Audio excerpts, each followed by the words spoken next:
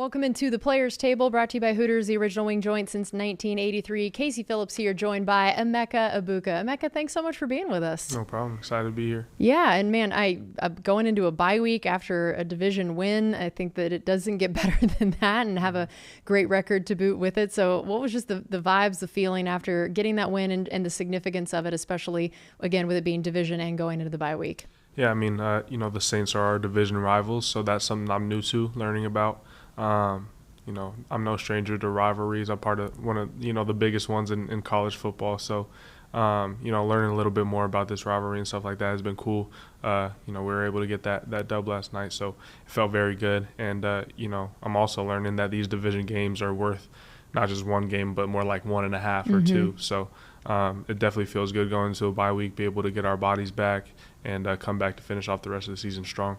Yeah, tell me what you did learn about the rivalry. What was told to you, hearing guys talk about it in their media stuff, especially Baker throwing out some stuff before the game that we were a little worried might be bulletin board material. So thankful the team backed that up. But what did you learn about the rivalry going into it? Yeah, you just see all the clips, and really the one for me that stands out is Mike Evans versus Marshawn Lattimore and all that type of stuff. So that's kind of the bulletin board material that you're talking about that you see, and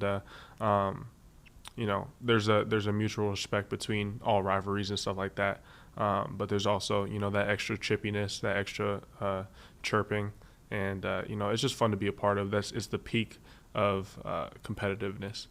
With Mike being out, did you feel any need to step in and start a fight somewhere? That this is what it means to step in for Mike in New Orleans. No. I'll never be the one to start anything. I had a feeling you didn't strike me as that type. Nah. What happens what's funny though is I do feel like most players say they're never the ones to instigate it. I'm like, well, then how does it ever start? Because no one admits to being the one that instigates it. But if someone else instigates it, what's your approach? How do you handle it? Because you are just known as you're such a nice guy, so mature, all these things. What's your response? It depends what they would do. If they're just talking, I'm not going to say anything back. That doesn't do anything for me. It gets me unfocused on my goal. But if they were to get physical with me or one of my teammates, honestly couldn't tell you what would happen. I think at that point instincts would take over. Yeah. Whole different Emeka comes out maybe. Yeah, exactly. So we'll see.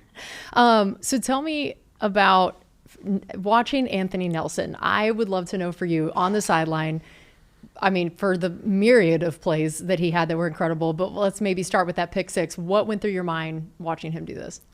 I've seen that one other time, but it wasn't a linebacker. It wasn't a lineman. It was a linebacker when I was playing at Ohio State. So that was really impressive for me, seeing that lineman be able to do it, and then just stiff arm the quarterback to the ground and spin off of him, and then just the way he went into the end zone, it was like he scored 1 million touchdowns before. So he had that swag about him, and he had that big time play. That was amazing.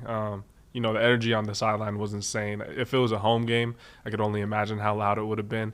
But you kind of felt the stadium deflate after that. I bet, yeah. That felt like such an important timing for that play.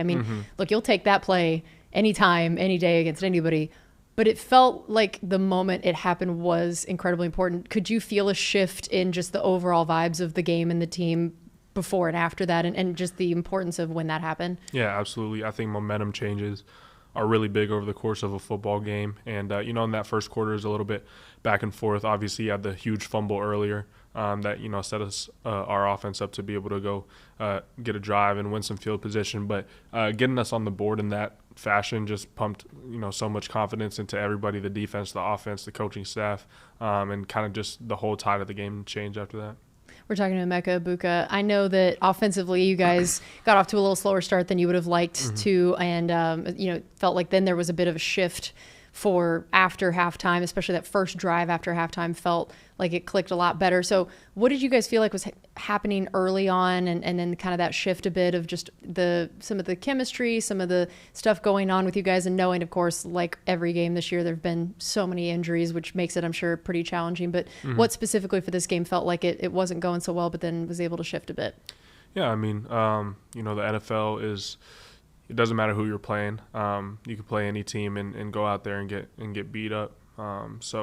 Obviously, rivalry games are that to even a higher degree. So no matter who you're playing, if it's a rivalry game, it's gonna be something that you have to push and battle through. So we were just facing a little bit of that. Credit them. They had a good plan going in and stuff like that. But at the end of the day, on our end, it comes down to execution.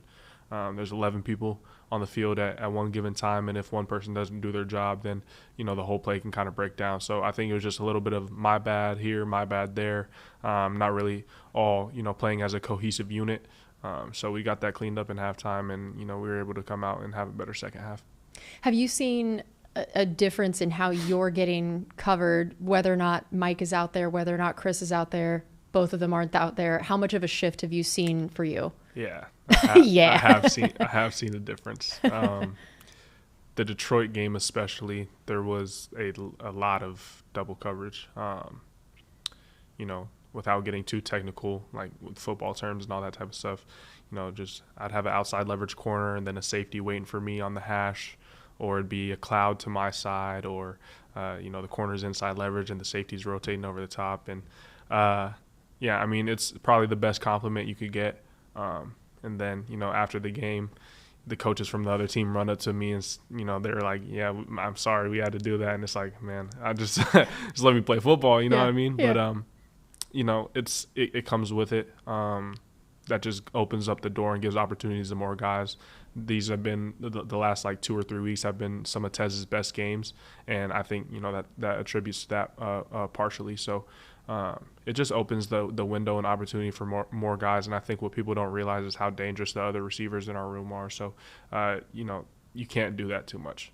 Yeah. Tell me what it's been like watching Tez these last couple games after. I mean, I think he only had one catch for 9 yards the first month of the season. Mm-hmm. And then now he's just gone off for some touchdowns, some bigger plays, multiple catches for over 10 yards in the game yesterday. What's it been like to watch him these last couple weeks? And were you already aware of the kind of receiver he could be, that maybe Bucs fans were more surprised than you guys were?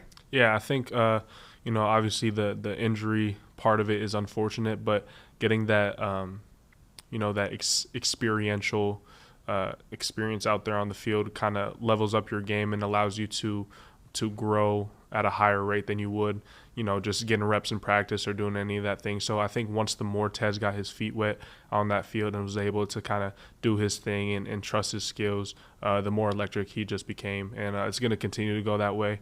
We have a lot more football to be played, and he's going to be playing a ton of it. So we really just want to find different ways to get the ball in his hands. He's like, lightning in a bottle. So what was it like when you saw him do his first flip after scoring a touchdown?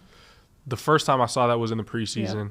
Yeah. I didn't know he was going to do it again for his first touchdown in the regular season, but it was pretty dope. He had that little rotation on it too. So he gets tons of air. I thought he was going to just keep flying, just keep floating up, but he eventually came back down to earth. But he's just a crazy athlete. If you tried, which we don't want you to try, but if you tried this, could you do what he did? Yeah, I wouldn't get as much air. I could do it though. I used to flip a ton in high school and all that type of stuff. I don't see the point in doing it now. I don't want to risk that. But I used to in 7-on-7 in high school, that's all dudes would do for celebrations. So I kind of did that, and I was doing cartwheels and backflips and front flips and just all that type of stuff. That's crazy. And so if that's not up the sleeve here, we talked about, Anthony did, you're right. What a celebration to have just ready to go mm-hmm. as an outside linebacker. I love the confidence to just be I should have one ready just in case. That was a great celebration. We got that with Tez. Your celebrations, what have we done so far? What are we considering doing? How do we feel about your level of celebrating at this point? A lot of them have kind of been heat of the moment. I don't go in there with a premeditated plan. I kind of would like to get better at that. I feel like my celebration game has been This is the only part of your game that isn't 10 out of 10 at this point. Exactly. I'm too focused on what happens in between, the whistles. Which fair. Is probably good. We're a fan of that too. Yeah. So, maybe I'll have some better stuff up my sleeve, or, just keep going on the path that I have been, but we'll see. We talked about Tez stepping up your other wide receivers. It's been really cool to see K-Dot get a little bit more involved too, knowing he was having to, block so much, especially early on in the season. And either way, the guy's playing 97% of the snaps, which is wild. What's it been like to watch him contribute in both ways and just the role he's played on the offense? Yeah, it's been amazing. I feel like maybe a lot of the crew doesn't know this, but I'm from Washington. Kay's from Washington. he actually went to like my rival high school. Like you're talking about Ohio State, Michigan, it was that level, or Tampa, New Orleans. Yeah. I mean, still come Tumwater. It was like, so he went to Tumwater. I never played him. I played against his younger brother, who terrorized me for all the years I went to high school. I've actually never beat the Tumwater T-Birds, not one time in my life. So me and Kay got a little bit of bad blood there, but I'm glad he's my teammate now. Yeah. But still got a little grudge. Yeah, no, a little bit of a grudge. We lost to them in the state championship my junior year. Kay's little brother played defensive end and tight end just like he did, or he played middle linebacker is what he told me. And it was just a shootout all game, and I had 6 touchdowns and we lost. Jeez. So, that's insane. Tough scene. 6 touchdowns and then a loss is brutal. Yeah. That's crazy. I also enjoy this idea of you two having a grudge because I think you two might be the nicest athletes that have ever existed. And I really like the idea of you two having a grudge because I imagine it's just like, you stink. Yeah. That's the extent. I love playing with Cade. He's a great leader for us. And, I wouldn't even call it him stepping up. I think he's always been kind of in that role. Just when his number is called, he's super reliable. He's one of the most reliable people on our team, on and off the field. You can trust him to get his job done and whatever you ask him to do. So I'm grateful that I came into a team that has someone like that to kind of lean on and be that steady, consistent rock for our offense. So. I know we talked about Anthony Nelson, but the defense overall, just so many guys made so many big plays. And Antoine, I'm not going to ask questions that will get you fined. So what we will do is we will talk about the plays that counted, but just overall, even maybe with the ones that didn't, what it was like to watch Antoine's game and what maybe should have been his game. How about we put it that way? Yeah. To put it bluntly, he's the best safety in the league. I mean, he really is. I don't see anybody else on film who tackles, who plays the ball, who has ball skills, who runs the entire defense, with the IQ. I don't see anybody who does anything like he does on the field throughout the course of the game. He's having an all-pro season.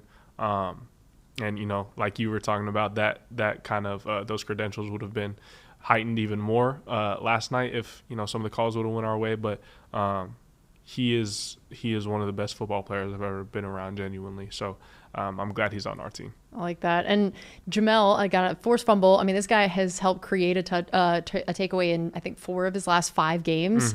What's it been like to watch the level he's been playing at, and then just for you to have gone against him in practice and the things that we don't always know to appreciate about Jamel? Yeah, I think he's one of the more underrated players in this league. I kind of never see his name or Zion's name up there with some of the better corners, and that's just dead wrong to me. I go against them every single day in practice, and obviously I go against a ton of corners throughout the league and over the course of these 8 weeks that we've played, and they are up there with the best of them. They're probably better than anyone I've ever gone against on the other side of the ball. Jamel is so athletic and he's so lengthy. I feel like he can, get his hands on you and press you from 10 yards away when he's playing off coverage. It's the weirdest thing. He runs really well, and obviously he's done some work to improve his ball skills. I know a lot of people were making fun of him over the last couple of years, been waiting for him to get a pick six and all these type of things, but he has 3 through the last couple of weeks for us now, forcing fumbles. He's just all over the field. Yeah, apparently that mocking worked. Yeah, exactly. All right, we're going to take a quick break here on the Players Table, brought to you by Hooters, the original wing joint since 1983. This is Buccaneers Radio. Welcome back to the Players Table, brought to you by Hooters, the original wing joint since 1983. Casey Phillips here, joined by Emeka Egbuka. So I want to get a little bit into your background, your story, especially as a rookie here, help everybody get to know you a little bit better. How early did you start playing football? I started playing football in 2nd grade, padded football in 2nd grade, and it was offered to, the people in my group around 1st grade. And I took that whole year to kind of convince my parents because they weren't trying to let me, play. I'm a first-generation football athlete. My dad is from Nigeria, so obviously they didn't have American football over there when he was growing up. So it was a new sport for them, all the contact and stuff. They were a little nervous about it, but I kind of was, nudging them so hard that by 2nd grade I was in there with all my friends. So you clearly were able to make a good case. Yeah. I like that. How early did you know this would be your sport? Because from what I've heard, you're not too shabby at some other things as well. Yeah. Well, I see all the stories of people who have gone pro in multiple sports, and that was, my dream growing up. So you were going to try and do football and baseball professionally? At Ohio State, yeah. So I had an opportunity to maybe, go to the MLB out of high school and some other stuff like that, but COVID kind of derailed that a little bit. I only played 2 seasons of high school baseball. I was on a summer travel ball team, but all of those tournaments got canceled for the last 2 years. That ended up early enrolling at Ohio State to where I could have been a dual sport athlete, but once I got there and I saw the football schedule, I was like, I think I'll just stick to football for right now. So kind of baseball just made its way out of my life, just, by no means of my own. It was kind of just, COVID and just things weren't lining up. But things were lining up for football in a way. So, but when I knew I could play football at a high level, I would probably say was my 8th grade year or freshman year. I imagined it was prior to the 5,000 touchdown game you were discussing in high school. You already by then had a good idea. That. But because I grew up in a small town, and I went to a small high school. No one's really. There's been like 2 or 3 people who have actually made it to the NFL from my high school, but they never made it to active roster. They were practice squad and all that type of stuff. So, I didn't really know. Like, obviously, I was dominating on that scale, but I didn't know how I would stack up against national talent until I started playing national, tournaments, like 7-on-7 tournaments, going against the best of the best, all the kids from Florida, Texas, California. And I was, even dominating those circuits. So I was like, okay, this is something that I can genuinely pursue, and I think, I'll have a shot at. And I know the 2011 Major League Baseball pitch hit and run competition, you won your age division, right? I did. So what was that like? And then especially even just now, like, I loved how it got talked about on the broadcast when we go back to play, in Seattle, and just the fact that then also the Mariners were, competing at the same time. Like, how cool was all of that to get to relive? And what do you remember about that competition and what you did so well? Give us the numbers, give us the success. No, it was awesome. So the way the pitch hit and run is structured, the pitch part, there's like there's a target. That's kind of like just the size of a strike zone. You get 5 pitches at it and you have to hit it. You get 6 pitches at it and you have to hit it as many times as you can. And depending on how far you stand back is depending on your age. I think when, I won, I was 8 or 9. So I think it was maybe like 45 feet or something. It wasn't the whole length. But that's still not bad. So you have to qualify through every, the regionals, get all the way to get to the nationals. So at the national stage, the final competition, I think I hit 5 out of my 6 throws. The hit part, you're standing at a tee at home plate, and you just have to hit it on a straight line all the way, like it goes straight through the second base. So it calculates how far you hit it, but how far you are off center is subtracted from your score.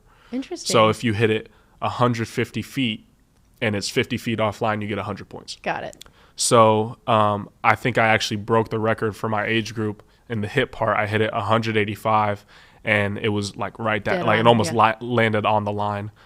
So that was kind of the one that got me, that kind of won me the tournament. Yeah. And then the run part, you start from second base and you go to home, and they just time it. Yeah. So they kind of calculate all those numbers, and whoever wins. And I ended up winning for my age group, and it was an amazing feeling. Later that next baseball season, the Mariners invited me to throw out the first pitch. Got to meet Felix Hernandez. That's who I threw the pitch to. He was like, one of my idols at the time. I met the whole team. They all signed, this wooden bat I had from the pitch hit and run. It was really cool. That's awesome. We're talking to Emeka Egbuka. I also have heard you've recently picked up golf and that you're like annoyingly good at it to have not been playing for very long. This comes from other teammates who witnessed you, especially at like Baker's Top Golf event and things like that I've heard you're like annoyingly good at it. You've only been playing a couple years, right? Yeah, I've been playing since my sophomore year of college. Okay. Yeah, sophomore year. So I don't know how many years that is now. 3 years. Yeah. And what's your best score you've done so far? Shot a 73. See, that's ridiculous. But I've only shot 73 one time. Yeah, who cares? Do you know how many people never shoot anywhere near that, and they've been playing forever? There's a lot of people that are yelling at their like screens or radios right now, like, what? Well, my goal has been to shoot even, and that round that I shot 73, it was a par 71, so I was 2 over, and then so I was 2 over heading into hole 17. And then 17 was a par 4. It was a short par 4, like a super far dog leg left. I just poked like a little 2-iron out there in the fairway and then stuck it to like 10 feet, sank the birdie putt. So now I'm 1 under, or I'm 1 over going into hole 18. So I'm like, okay, if I birdie 18, then I shoot. This is your even. Masters. If I birdie 18, this is it. 18 is a par 3 at this course, which is like, for the people who play golf. That's a little hard to birdie. Number 18 being a par 3 is like, is criminal. So going to hole 18, and the pin's tucked super far on the left side with a bunker right next to it. And I'm like, okay, I got to take dead aim. So I shoot right at the pin. I hit it maybe like 4 yards left, but like the distance is perfect. And it hits the grass and then spins off into the bunker. Oh. I'm like, oh my gosh. Brutal. So then, I didn't end up getting up and down. I got up and then I 2-putted it for a bogey and then, 2 over, but it was a good day. Here's what I'm learning about you in sports. You remember every single thing you've ever done is what it feels like. You've recounted now, like this golf round, you like this high school game. Is this fair that like, do you have incredible recall with games, plays? Like, do you feel like you could remember a lot of things from your career? Yeah, I think I could, especially if they just don't go your way. I would say that's probably accurate. I don't know if you can test for this or anything like that, but I have a photographic memory. I'm pretty sure, like ever since I was young, whenever I see something, I'm able to, memorize and recall it. So, my association with memory and certain events that happened in my life is very strong, especially when, things didn't go that way or it was very impactful on my life. So sounds helpful for a playbook too. Yeah. Oh, absolutely. Is that how you, in your mind, it's almost like you're taking pictures of the playbook and you can just recall it like that? Mm-hmm. Because also we heard you like before the season even started, already corrected Baker in a huddle at one point. Is that accurate? Yeah. Brady, that's accurate. Brady ratted you out on the broadcast. It kind of just like, it kind of just blurted out. I didn't mean to I was like, oh, my bad, Bake. I didn't mean to, like, no, you're good. But, I'm very detail oriented person. I like that. And so you talked about when you knew you would be able to play football at a high level. Tell us about the decision to go to Ohio State. What all factored into that? So I think my detail oriented, mindset is something that I've adopted from my father. So when I was going to choose between all the schools, I had every offer you could name. I was a very highly touted recruit. And so my dad said, okay, I want you to make me a PowerPoint presentation. I want the pros and cons. I want every single thing. And I want you to tell me why you want to go to certain school. So I ended up choosing Ohio State. I made this whole presentation for my dad, and I showed him. I calculated everything, and it had the pros and it had the cons. And okay, some of the cons: 2,500 miles away from home, very deep wide receiver room, but very deep wide receiver room actually ended up making its way on the pro and the con list because the con was obviously it was going to be hard for me to see the field. But the pro was that it was going to be hard for me to see the field, and I was going to need to grow, and I was going to need to push myself and become a better football player than I already was. I think that if I would have gone to a lot of other places that maybe needed more help at wide receiver, I could have saw the field earlier and kind of shorted myself of some growth that I needed to get to the NFL. So in my mind, I'm going into the best wide receiver room in America, and I'm going to be able to learn from Chris Olave, Garrett Wilson, Jackson Smith-Njigba, Jameson Williams. I'm going in with Marvin Harrison, Julian Fleming's there. So in my mind, I'm like, oh my gosh, there's a wealth of knowledge just waiting for me to grab it. And obviously the person who's running that wide receiver room is Coach Hartline, someone who's, had an 8 or 9 year career, was a wide receiver 1 for the Dolphins, did it at a very high level, and is a perfectionist, which is something I really jive well with because I'm a perfectionist. I want to know. I don't want to hear good job. I think Tom Brady said that one time, or Peyton Manning or something like that. I knew it was a really big quarterback. Yeah. He's like, I don't want to hear good job. I want to hear what I could have done better. And I kind of share that mindset as well because I have very big goals for myself, and I want to reach those in any way that I can. For a lot of people in your position, both in the decision to go there and then even more so maybe the decision to stay there, because nowadays transfer portal. I mean you can go whenever you want, wherever you want. I've talked to a few people on our scouting staff about you, and that was one of the biggest things they kept talking about was how impressed they were that you didn't leave and that you stayed there, and that one of them put it to me as he was never the leading receiver, but he was the leading receiver. Right. And that you were, zero ego and all production. Those were the two things said about you. And I can't imagine a better compliment, especially from a coaching and scouting staff, than that. What was your decision to not leave, to not go somewhere where, again, it's not like you weren't producing, but where you could have been the true number one, or even also the decision to then stay and not come out early? Both of those things, to not transfer and to not come out early, to want to stay for that national championship. What were your biggest things going through your mind? I'm guessing there was probably another pro-con list made at this point. Yeah. So, the decision to stay at Ohio State, was never really a decision. I had grown so close to Columbus and all my teammates, and, that was home for me, and I wanted to bring a national championship back there. And also part of the reason why I decided to stay is because, although I wasn't the featured number one wide receiver, I was getting better at football, and I was putting really good stuff on film, and we were winning. So, I think a lot of people's egos want them to, maybe transfer, and I got to be in the limelight, in the spotlight. But the grass isn't always greener on the other side. The grass is greener where you water it. So I decided to stay in Ohio State and kind of, continue to build what we already had there, and, it ended up paying off. We won a national championship, all that stuff. And then coming back for my senior year was an entirely separate decision. One that I leaned a lot on my faith for, because it was probably the most 50-50 decision I've ever made in my life. Like, looking back now, it's like, okay, either way would have probably, been beneficial. But I had gotten hurt my junior year. I saw, my draft stock maybe plummet a little bit, not plummet, but go down to lower than the player I felt I was capable of being. And, there's a lot of money to be left on the table if I decide to go back, but there's also a lot to prove, and a lot to, give back to my teammates. And we hadn't done, my senior class especially, hadn't achieved any of the goals that we set out to do our freshman year when we first got onto campus.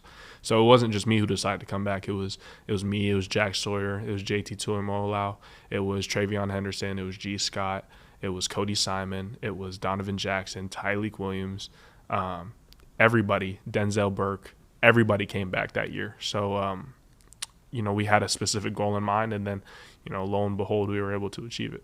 All right, we're going to take another break here on the Players Table, brought to you by Hooters, the original wing joint since 1983. We're talking to Emeka Egbuka. This is Buccaneers Radio. Welcome back into the Players Table, brought to you by Hooters, the original wing joint since 1983. Casey Phillips here with Emeka Egbuka. Right before the break, we were talking about your decision to not transfer and to go back for your senior year. And I have loved that the Bucs have had a wide receiver room that is not divas. Mm-hmm. And you, of course, are another incredible example of that. And you've heard a lot about the I am that man philosophy here and who it means the Bucs want to draft. And again, you're just such a perfect example of it. What is the reason you think that you're not that diva wide receiver? What are the contributing factors that have made you someone that everybody has talked about being so NFL ready, so mature, amazing on and off the field? What goes into that for you? I think I was raised by my parents to, have that sense of humility. I think that's one of the highest keys and highest pillars that they raised me with. That work ethic, and, just putting your best foot forward in everything you do. And I think that humility even grew as I deepened my relationship with God. I kind of, I didn't really grow up, kind of really pursuing any type of relationship with God. And then I got to Ohio State my freshman year, and I was kind of brought under the wing of some senior wide receivers, and they invited me to church one day, and it completely changed my life. And I think, that even attributed to my mindset now. So, yeah. And then your parents, I know you mentioned that your dad being a first-generation immigrant from Nigeria. What were the ways that you saw that culture in your family be a part of it, the way that influenced the way he raised you, the things that you've tried to, continue to keep from that culture and heritage and growing up that way? Yeah, just a high degree of honor, a high degree of integrity, humility, work ethic, and really, honestly, intelligence. I think, my dad is my dad is one of the smartest people I've ever met in my life. And, my mom as well. She was valedictorian of her class. Wow. She, could have gone to, Columbia and stuff for college. And so I have two parents who are smarter than me. And people call me smart all the time. And I'm like, you haven't even met my parents. Yeah. But yeah, I think, the pursuit of knowledge is something that my dad has always clung to and instilled in me. And one of the most important things that he's given me. And, coming out, another reason that coming out my senior year was beneficial was because I was able to, complete my degree and everything like that. I graduated in time. I graduated in 3 years.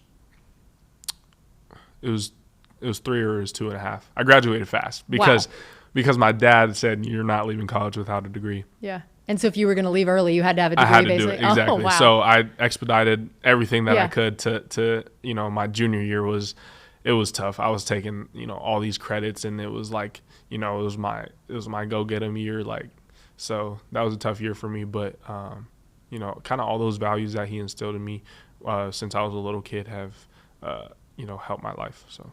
Yeah. Both your parents have a master's degree. Is that right? They do. Yeah. Mm-hmm. That's crazy. So even just you getting a degree is like, psh. Yeah. Like, no, I need to. Well, my dad said I need a master's, so I have to go back to school. Need a master's. Yeah. So after you spend 3 years in the NFL, they actually pay for you to go back to school. So that's something that I'm looking forward to doing after. Hopefully, if Lord willing, I have at least a 3-year career, and they'll be able to pay for me to go get my master's degree. So. What would you get it in? That's also something I've been up in the air about. I want to go to Bible college. So I'm either going to get a master's in divinity, a master's in hermeneutics, apologetics, or like theology. Some I don't really know. I just know I want to go to Bible college. I like that. So. And a lot of people are like, what are these words you just said? Right. Already, that sounds like you're ready to get the master's just knowing all these words. And so also I know you've learned your stepdad is a cook. So not only did you already get, you had two parents that gave you all the education side, but I've heard you also learned how to be an amazing cook from your stepdad. Is that true? Oh, absolutely not. I don't know.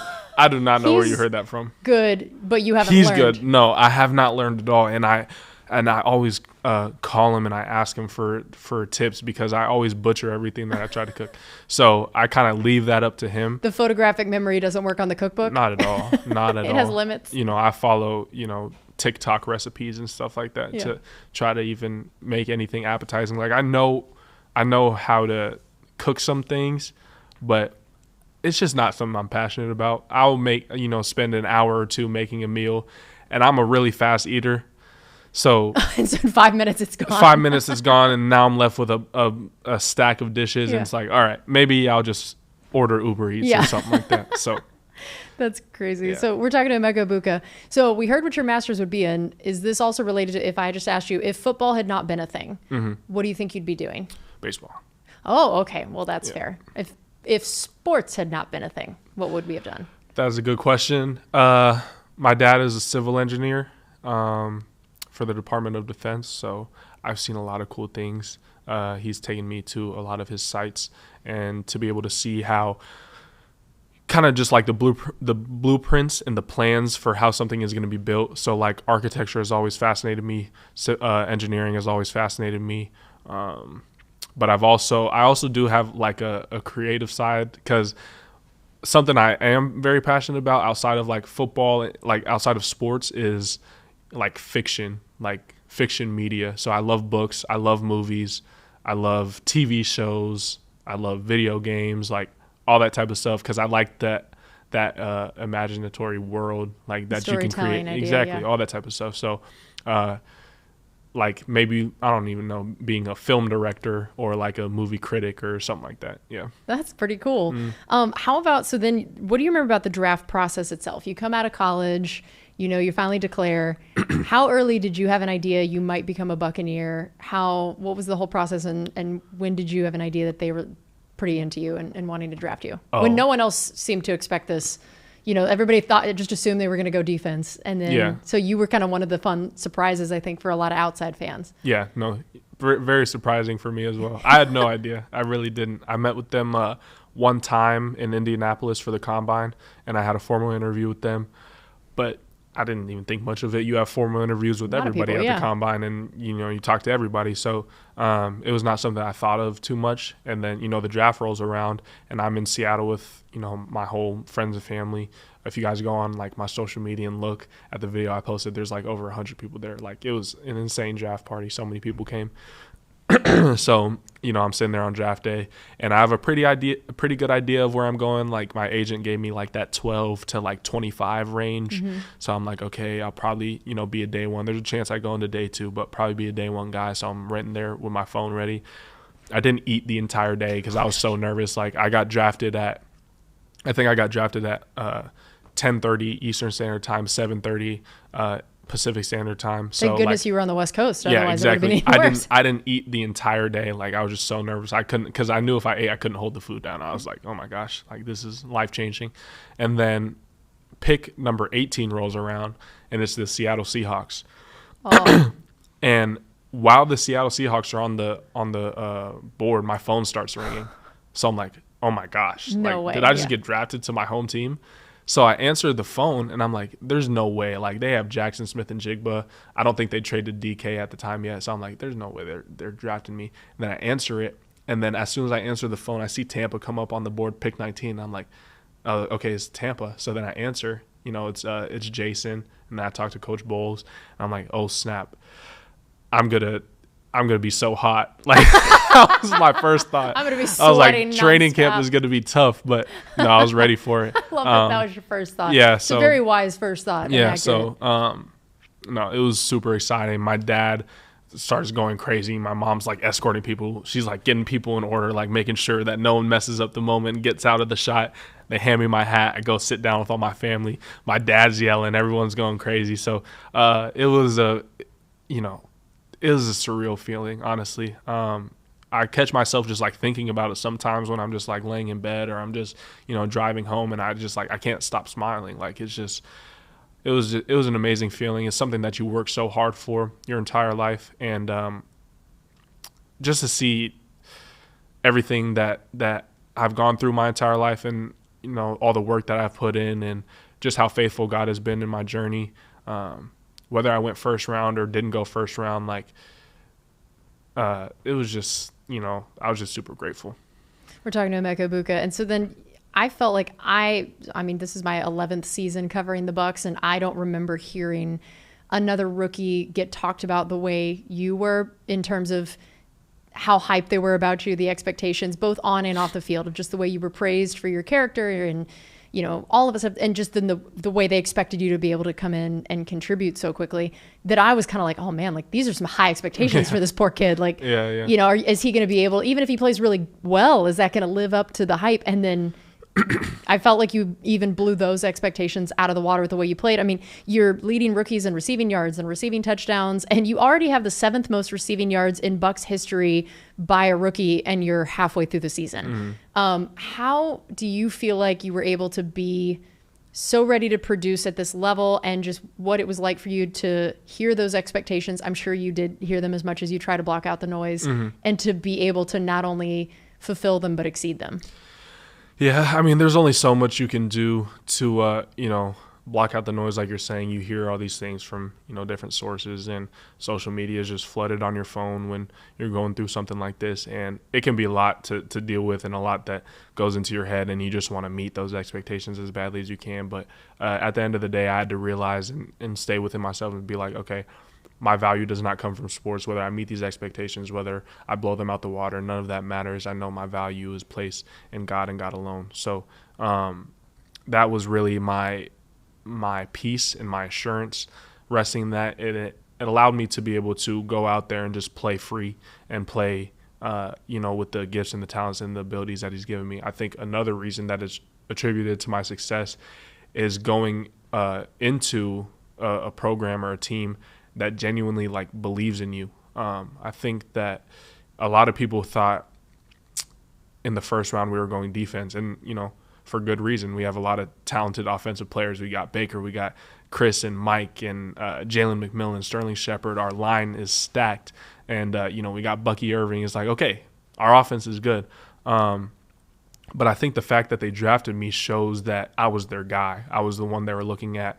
And I think knowing that, for me, it was like, okay, I'm in a place where I'm wanted. I'm in a place where they genuinely see value in me, and they've been able to give me opportunities and put me in a place to be successful. So I'm like very indebted and grateful to the Bucs for just believing in me in that way. It's rare. It's not common. So. And you mentioned coming in with Mike and Chris, which obviously you already knew what it was like to go into a room that had good people in it. Mm-hmm. You'd trained for this. Mm-hmm. What has it been like to get to learn in this journey from those two guys, and just the wisdom and experience? Because it's one thing to learn from a successful receiver in college, which means they've done it well for a year or two. Mm-hmm. To get to learn from guys like Mike and Chris who have done it well for so long, how did that influence how ready you were to make this transition? Yeah. It's been amazing. They've been like a crutch for me to lean on, and they've taught me so much even within this short amount of time. I've only been here for, I don't even know how many months, but it feels like I've known them for forever. So to be able to gel like that is amazing. And kind of having both of them is a cheat code too, because they're very different in the way that they think. I think Chris is very methodical and planned out and everything.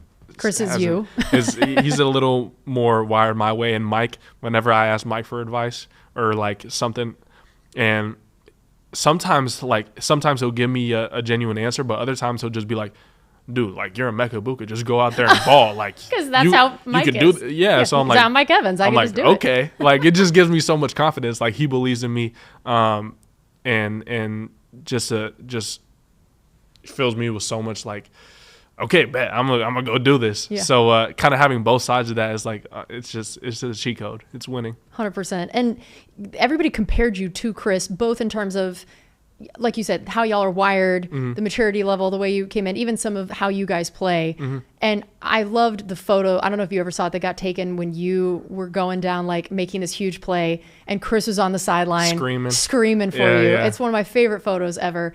How cool is that for you to A, know you're getting compared to him, and then B, to have him be so supportive of you, to see in that moment when like that was real. That was like real, mm-hmm. honest emotion, not something you just maybe say at a press conference because you're supposed to, like to see how supportive he is of you coming in as a rook and what that meant. It's very flattering being compared to Chris Godwin. He's an all-pro receiver, and someone who's done it at a very high level, someone who I've watched for many years and studied just because of the way he plays the game. And, to have his support and to have his he backs me up in everything that I do. And, it's unfortunate that he can't be on the field right now. Same thing with Mike. I'm looking forward to some point in the future getting all three of us out on the field. It's going to be that's going to be a game for memory for sure. The dream all Bucs fans have been waiting for. Yeah. We can't wait to watch that happen. All right, we're going to take one more break here. We have another segment on the Players Table brought to you by Hooters, the original wing joint since 1983. We're talking to Emeka Egbuka. This is Buccaneers Radio. Welcome back into the Players Table, brought to you by Hooters, the original wing joint since 1983. Casey Phillips here with Emeka Egbuka. So we talked about your connection with a lot of the other wide receivers in the room. How about your connection with Baker? What do you remember about what you knew about him coming in, what you've learned since, and what you love about having him as your QB? Yeah, I think there's a lot of – Baker addressed this in the media like a couple of weeks ago. There's a lot of, misconceptions about who he is as a person. And, you can only – I didn't know him personally coming into this, so I only knew what the media was telling me. But he is probably one of the most genuine people I've ever met in my life. Outside of being a football player and the competitor that he is like someone who's there for you. And you can talk to him about anything. He's down to earth. He's my guy. I love Baker. And he's helped me so much in the short amount of time that I've been here, with the playbook, with getting me connected with people in the community, with filling me with confidence, with being a friend to hang out with. Like, I go to his house every off day just to we have a bodywork guy who kind of, that helps us get right, and then, just hang out and play with his dog. His daughter hasn't warmed up to me yet. I don't think she's but the only we're working on member of the Bucs crew that hasn't. Yeah, she's Baker's like, dog. I walk into their house and Emily and Baker are like, oh, say hi to Uncle Meg, and she's like, goes to hide. So I think I gotta come. I think I gotta come with like a present or a toy. Yeah, or this is something. Food. This is the key. So maybe we'll work on that. But I love Baker. He's my guy. And how about Grizzard as your offensive coordinator? You know, it's his first year, but of course your first year, so you've only known him as your NFL coordinator. But what's it been like to watch him take on the challenge of learning this new role and the way he's handled it? Yeah, it's been amazing. Obviously, this is, like you said, his first year, my first year of knowing him. And instantly off the bat, I can tell he has the mind to be able to do this at a very high level. He's constantly processing and thinking of new ways to draw up plays, and he eats, lives, sleeps, and breathes football. So that's very encouraging to see from someone who you know is going to be calling plays and have a huge impact on your season. Another thing I really like about Grizz is that he is someone who takes heavy consideration into the things that his players say and are seeing. So obviously he's not out there on the field on game day, but when I come back to the sideline with new information on how the defense is playing or what the DBs are doing or what they're looking for, he's instantly on top of it. He doesn't just brush off what I'm saying. He instantly is like, okay, we might be able to draw this up to do this better and do all that type of stuff. And he actually implements it into the game plan. And he doesn't just do this for me or for Baker. He does this for everyone. He takes in all the recommendations and formulates and executes a plan, which is really impressive to have that many people in your ear at one time and to be able to, you know, kind of not brush everything off, but take in everything and then produce it into an idea on the field. Yeah, I can't even imagine. I get stressed thinking about it. And then how about Coach Bowles as your head coach? What do you like about him, and what have you learned about his demeanor, his way he handles things, and even just you being an offensive player, knowing the way that he contributes to both sides of the ball? Yeah, he is someone who's strictly business, which is something I'm very fond of. I don't like all the theatrics. I don't like all the semantics. I like having a goal in mind and setting out to achieve that and doing whatever it takes to do that. So that is someone that Coach Bowles is and something he embodies. And I think we're very like-minded when it comes to that.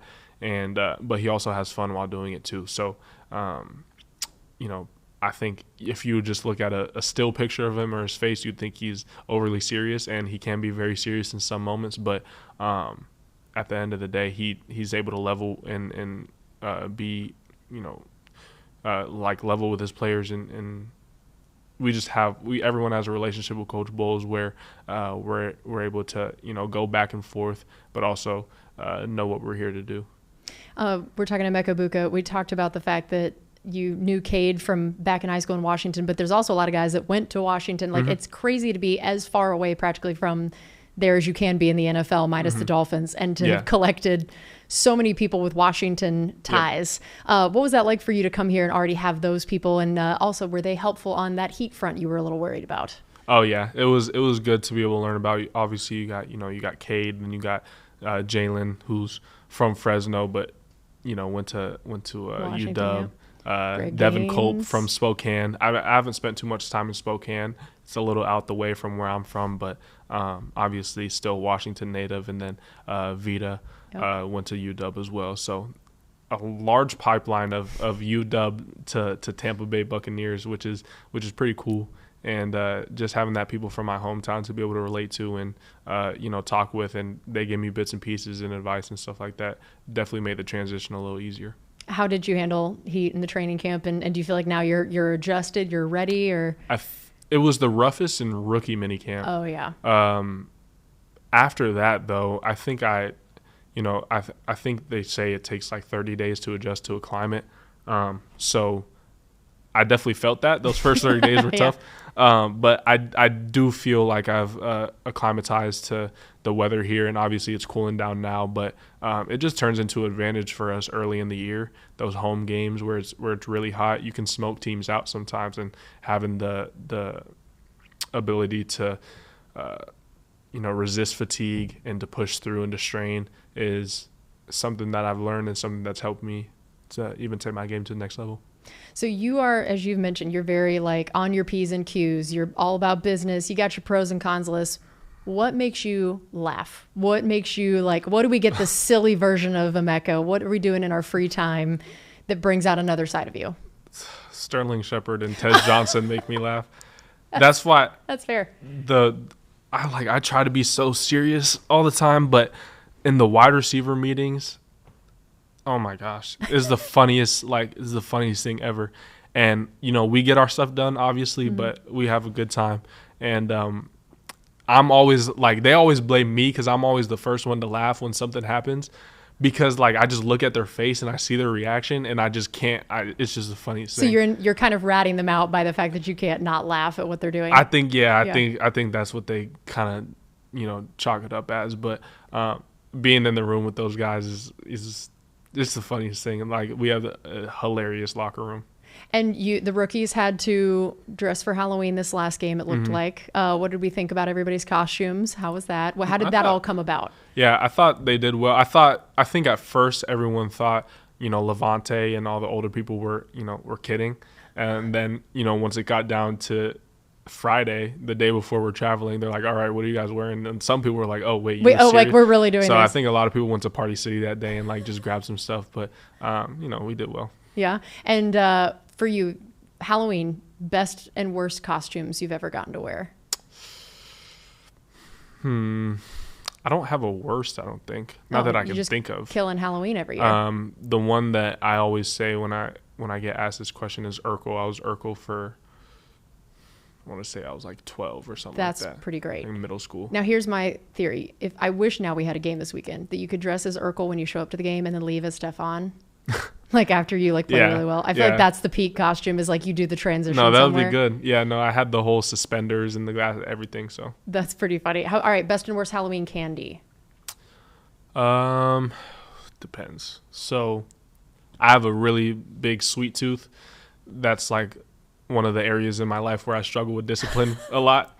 Sounds like it might be the only one. We finally found your kryptonite. It's tough. I have a really big sweet tooth. So if you're talking chocolate versus a gummy candy or a sour candy. Of course you would first of all start to sort, compartmentalize. This all tracks for me. Yep. So chocolate, I would say I Snickers, Twix, love both of those. And then the gummy sour candy, the Nerds clusters, and probably Nerds clusters or Sour Patch Kids, the watermelon ones. Yes, there it is. Yeah, that's peak choice. Hard to beat those. Hard to beat that for sure. All right, we'll close with this.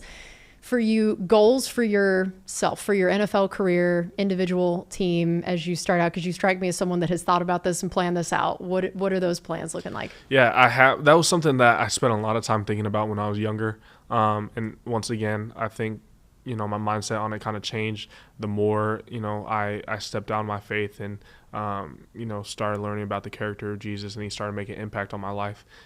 So the more I've kind of shifted from a goal-oriented type of career to more of a surrendered and obedient career. I want to do whatever he's called me to and live in accordance to what he's called me to and embody Jesus Christ on the field. So I think if I were to retire and people were asked, okay, what was Emeka Egbuka's career? And they say he's someone who embodied Jesus on the field. That to me is a success. That's all I'm trying to do. So, well, Emeka, thank you so much for joining us. We're thrilled you're a Buck, thrilled you sat down with us today, and we hope you enjoy the rest of your bye week. Thank you so much. Appreciate it. All right, this has been the Players Table brought to you by Hooters, the original wing joint since 1983. This is Buccaneers Radio.